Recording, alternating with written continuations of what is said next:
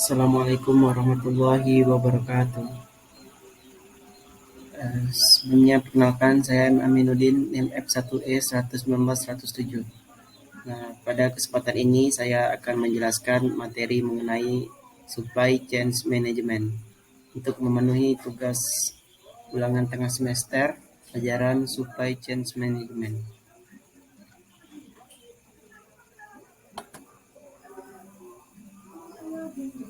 Nah, baik, yang pertama, apa itu Supply Chain Management? Jadi, Supply Chain Management adalah rangkaian kegiatan yang diperlukan untuk merencanakan, mengendalikan, dan menjalankan arus produk. Ini meliputi proses perolehan bahan baku, proses produksi, hingga distribusi produk ke konsumen akhir dengan cara yang paling efisien dan hemat biaya. SCM adalah usaha yang luas dan kompleks yang bergantung pada setiap mitra dari pemasok hingga produsen dan seterusnya. Supaya dapat berjalan dengan baik, tujuan dari supply chain management adalah memaksimalkan nilai pelanggan dan mendapat keunggulan kompetitif di pasar. Untuk mencapainya, butuh berbagai upaya, baik strategi bisnis dan perangkat lunak khusus.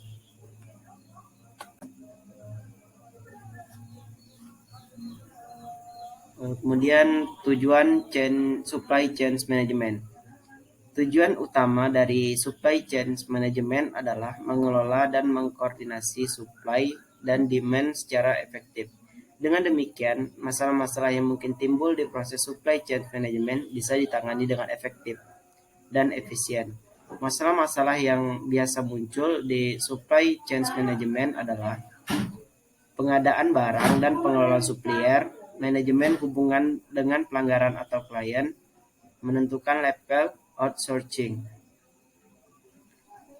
Dengan mengatasi masalah-masalah tersebut, bisnis Anda bisa lebih unggul dalam persaingan pasar yang makin kompetitif akhir-akhir ini. Berkualitas, murah, memiliki berbagai varian yang menarik, dan diproduksi pada waktunya, tepat pada waktunya.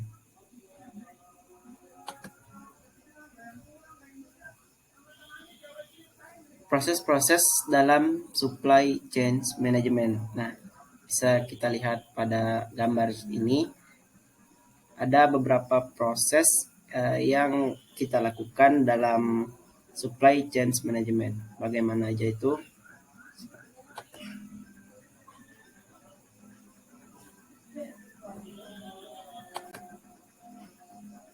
Nah, supply chain management itu melibatkan begitu banyak proses, mulai dari persiapan produk hingga pemenuhan konsumen.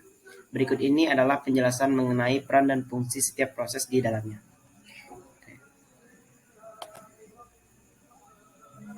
Nah, yang pertama perencanaan. Jadi ada beberapa aktivitas yang terlibat dalam tahap perencanaan, mulai dari perakiraan permintaan konsumen, perencanaan pembelian, dan perencanaan produksi, hingga persiapan tenaga kerja dan transportasi. Perakiraan permintaan konsumen atau demand forecasting dilakukan agar penjual dapat mengetahui jenis dan jumlah produk yang harus dipersiapkan selama kurun waktu tertentu. Hal ini penting untuk memastikan bahwa proses produksi barang dan penjualannya sudah sesuai dengan permintaan konsumen.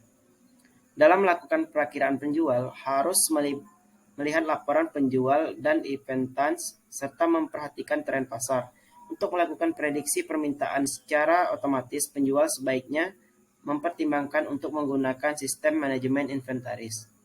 Sistem ini menyediakan laporan inventaris yang akurat dan alat forecasting yang memungkinkan penggunanya untuk mendapatkan nilai hasil prediksi hanya dalam hitungan detik.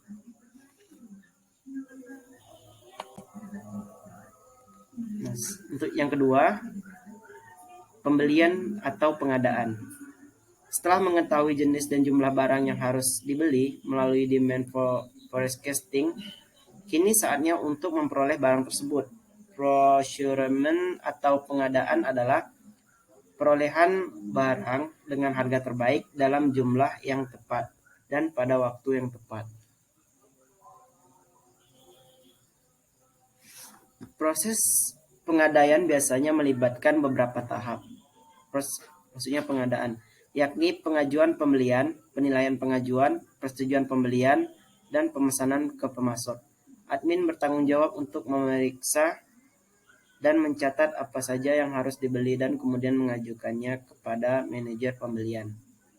Pengadaan akan menjadi lebih mudah dan sederhana dengan bantuan sistem manajemen pembelian. Dengan perangkat lunak ini, Departemen Pembelian dapat membuat permintaan penawaran, purchase order, persetujuan pembelian, dan kontrak payung secara instan. Procurement software yang baik bahkan menyediakan supplier portal untuk mempercepat proses pemesanan ke pemasok.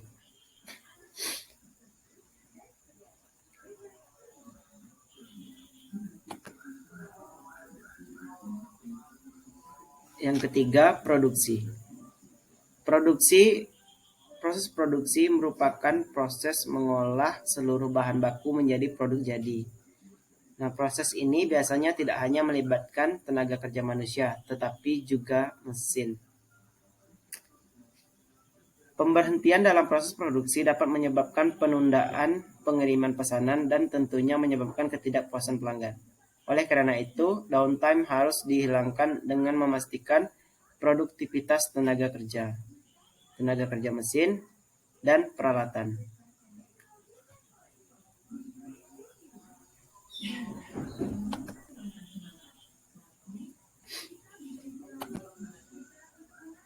Selanjutnya, pengelolaan gudang.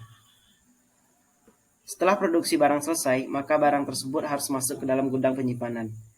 Pengelolaan gudang terdiri dari proses pemasukan atau inbound dan mengeluarkan atau outbound barang, pengembalian dan pengepakan, cross-docking, dan stock of name.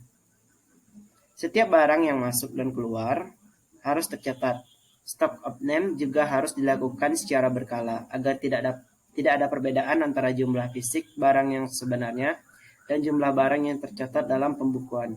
Seluruh aktivitas di gudang yang memakan waktu ini dapat diotomatiskan dengan bantuan warehouse management software.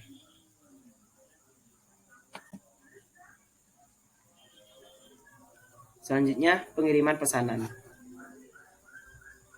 Setelah pengambilan dan pengemasan barang pesanan dari gudang, maka langkah selanjutnya adalah mengirimnya ke pelanggan. Kurir dan transportasi harus sudah siap sebelumnya agar barang segera dikirim.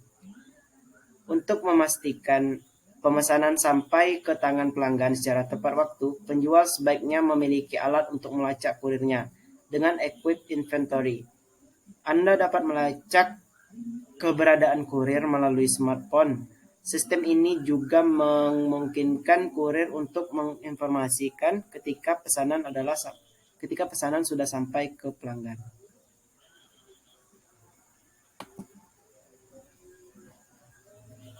Yang terakhir, pengembalian pesanan. Pengembalian pesanan biasanya terjadi ketika konsumen mengajukan pengembalian karena terdapat kerusakan, kekeliruan, atau keterlambatan.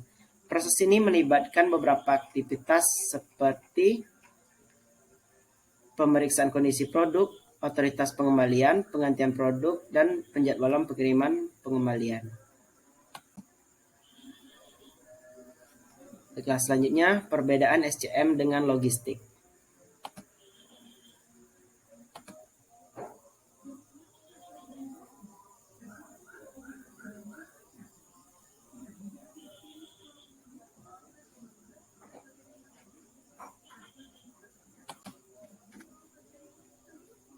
Istilah supply chain management dan logistik sering membingungkan atau digunakan secara bergantian.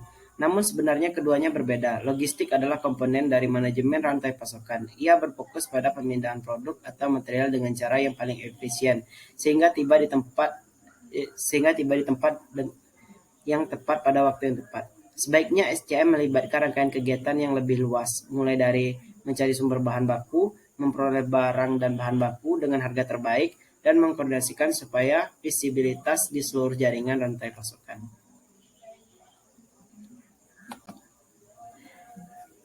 Mengoptimalkan supply chain management dengan solusi otomatis.